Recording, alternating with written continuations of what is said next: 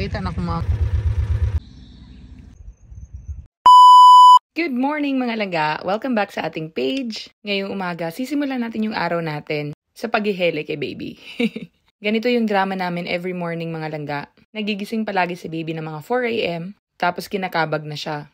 At nahihirapan na siyang makatulog ulit hanggat hindi ko siya hinihele ng ganito. Kaya naman pag umaga, putol-putol yung tulog niya. Sobrang nakakaawa kapag umiyak si baby. Ang bilis-bilis mamula ng mukha niya. Kaya naman kapag nagising siya at umiyak ng kaunti, nagigising agad ako. Normally kapag nahihirapan siyang mautot or ipalabas yung kanyang tae, tinutulungan ko siya by exercising her legs. Ginagawa ko yung sinasabi nila na bicycle exercise at effective naman siya.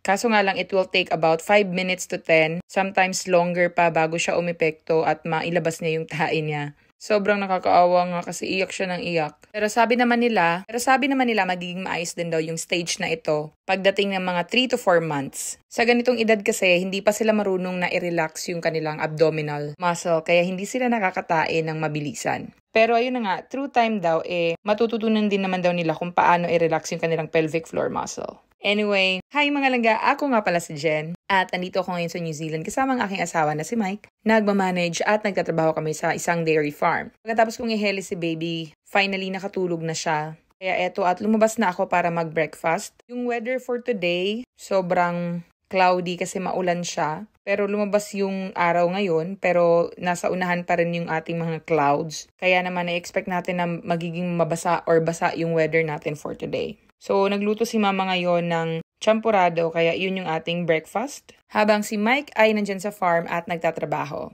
Alam niyo ba, sobrang saya ko ngayong umaga kasi finally ay nakapag-stock up na ako ng aking breast milk. Isang bag lang yung na-stock up ko mga langga, pero sobrang saya ko kasi nakaipon ako. Kakapump ko lang din kanina, kaya naman palalamigin muna natin siya para mailagay ko siya dito sa isang bottle. Ito yung mga gatas na ilalagay natin sa bag mga langga. Sorry, hindi ko mapakita yung number, hindi ko alam na hindi pala klaro.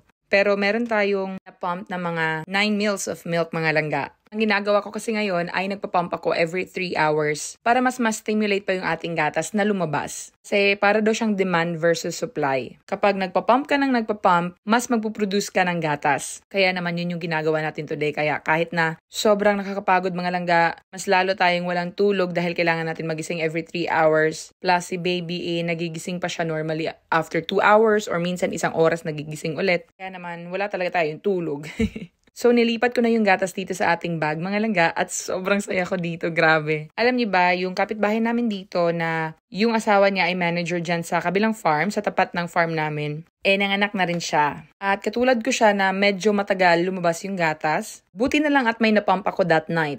Nasa mga 10 p.m. na kasi yon at hindi sila makapunta sa store kasi sarado na lahat ng shop dito sa area namin mga langga. Wala kasing bukas na 24 hours dito, kaya mahirap talaga kung ganon. Nasa mga 4 meals lang yung napump ko that night pero buti na lang naging enough siya until kinabukasan para makabili sila ng formula milk. So anyway, kinuha ko lang yung napump ko na gatas kanina. Ilagay ko siya sa freezer para lumambig yung temperature niya bago ko siya i-mix dito sa isang bottle na napump ko kaninang umaga. Ito naman ay hindi ko muna ilalagay sa bag. Isa-stock up ko muna ito sa fridge just in case kinailangan namin. Mamaya kasing hapon pupunta kami sa grocery store at hindi namin isasama si baby kasi maulan yung weather. Kaya mag-iiwan ako ng gatas dito para may mapadede sila mama. Yun yung ginagawa namin at the moment at effective naman siya so far. Narealize ko na hindi pala ganun kaiyakin yung anak ko katulad ng iba na nakikita ko sa TikTok. Yung mga colicky baby na sobrang iyak ng iyak the whole day, hindi ganyan si baby. Normally, behave lang talaga siya until nakakabagin siya. Kaya sobrang blessed ko sa kanya kasi sobrang good girl lang anak ko.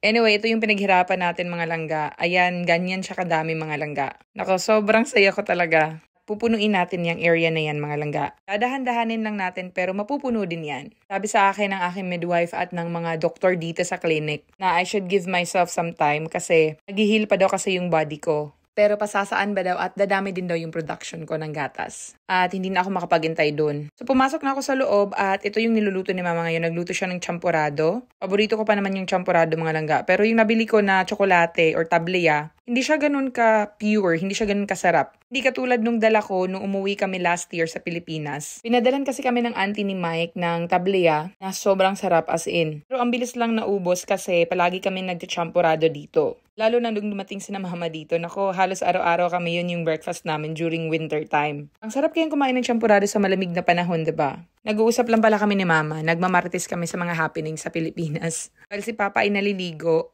at magbe-breakfast din siya pagkatapos niyang maligo. Habang si baby naman ay tulog na tulog. Kaya ito yung perfect time para makakain ako ng breakfast. Normally, hindi kami nagsasabay na kumain ng breakfast ni na mama kasi kailangan may isa sa amin na magbantay kay baby. Bukas pala, isa-sign off na kami ng aming midwife at ita-transfer na niya kami sa plunkett nurse. Ang plunkett nurse na yung pupunta dito sa bahay para i-check si baby regularly. Hindi katulad ng pagpunta dito ng midwife. Sa first few weeks lang daw, pupunta dito yung plunkett nurse ng regular. Siguro mga 3 to 4 weeks daw. I-check daw ng plunkett nurse si baby once a week. Pagkatapos ng 3 to 4 weeks ay bibisita naman siya sa bahay para i-check si baby every 3 months. Diba? Napakaganda ng sistema nila dito sa New Zealand, mga langga. Hindi na ikaw yung pupunta doon sa clinic para magpa-check kay baby. Ikaw na mismo ang pupuntahan nila. Anyway, naluto na yung ating niluluto na champurado, kaya halika at mag-breakfast, mga langga.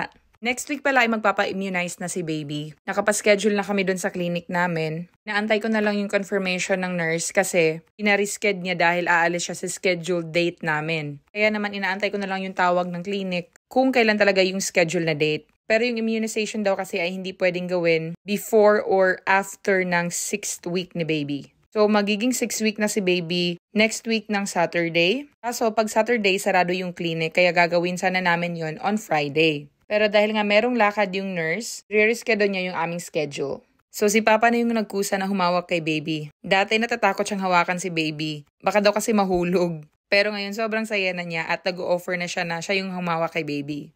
Sobrang behave din naman ni baby at very confident siya, mga langga. Hindi talaga siya iyakin, mga langga, kaya sobrang lucky ko sa kanya.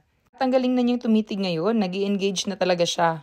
Pagkatapos ko palang mag-breakfast ay sinamahan ko si Mike at kinuha namin itong isang calf dun sa may paddock. Tawag namin yung vet para ma-check siya kasi meron siyang lump or meron siyang inflammation sa gilid ng kanyang paa. Normally kapag ganito, meron silang mga infection at binibigyan na namin sila ng antibiotic. Pero just to make sure na hindi ito bale or walang ibang cause aside sa infection. Kaya pinatawag namin yung vet. So, chinek niya yung inflammation kung anong laman dito. At sabi niya, yung fluid na nakukuha niya ay joint fluid lang naman. Hindi siya abscess. Kaya ito ay cause lang daw ng bacterial infection. At ito daw normally ang nangyayari sa mga guya kapag nagkakaroon sila ng infection. Naaapektuhan ang kanilang joints. Ganito pala yung itsura ng inflammation sa malapitan. Pagkatapos magamot ng guya ay nilalagyan sila ng mga marka. Tulad din ng baka, nilalagyan sila ng pulang marka para kilala natin kung sino yung ginamot. At itong Moxilan ang binigay namin na antibiotic sa guya.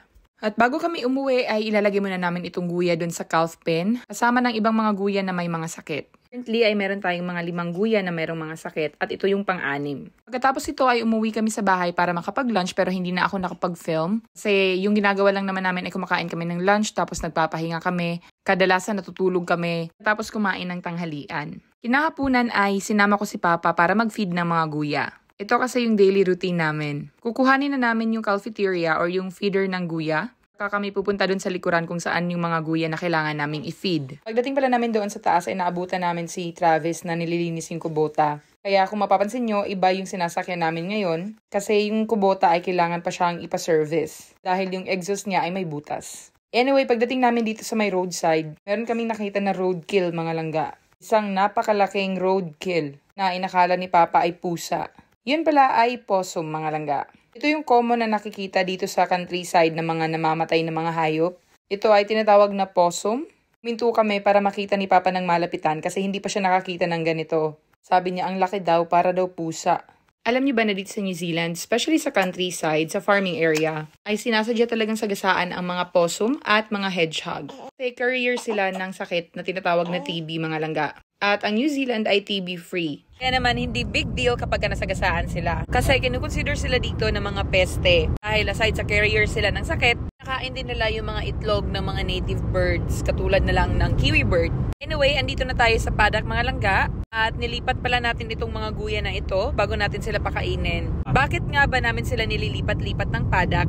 Bakit hindi na lang sila magstay sa isang paddock hanggang sa lumaki sila? Nililipat namin sila, mga langga, para hindi nila ma-damage yung pasture at mabigyan ng oras yung pasture or yung damo na tumubo para sa pag-graze naman ng mga baka. Ang Yung tae at ihi kasi ng mga guya mga langga ay sobrang baho. Pag nag-graze sila sa isang paddock, kailangan muna na maulanan or dumaan ng ilang weeks bago pwedeng i-graze or ipakain yung damo sa mga baka. Kasi kailangan pang ma-refresh ng mga damo mula sa baho ng dumi at ng asim ng kanilang mga ihi. Tsaka, pag nililipat-lipat mo sila ng paddock, titrain na sila na hinahandle sila ng mga tao. At dahil dito, nasasanay na sila sa presence ng mga tao at movement around the farm. Tsaka kapag nililipat-lipat mo kasi yung mga guya, i-encourage sila na kumain ng fresh na damo at dahil dito, mas mabilis yung pagtubo nila. Yun lang mga langga. Maraming salamat sa pakikinig at sa panonood. Sa mga bago pala dito sa aking page, maraming salamat po sa pag-follow. Huwag niyo po sana nakalimutan na i-like at i-share yung aming mga video at i-follow na rin yung aking page kung hindi pa kayo nakapag-follow. Shoutout nga pala sa lahat ng mga nakafollow sa akin. At i-shoutout ko rin si Kuya Leonel Partol mga langga kasi birthday ni Kuya ngayon. At sa lahat ng mga taga-Tagum City ng mga kababayan namin ng mga Bisaya dra. Hello sa inyo at sa inyong lahat ng mga nakafollow sa amin. Maraming salamat po. God bless you guys. Sana nag-enjoy kayo dito sa munti naming video. God bless you guys. Bye!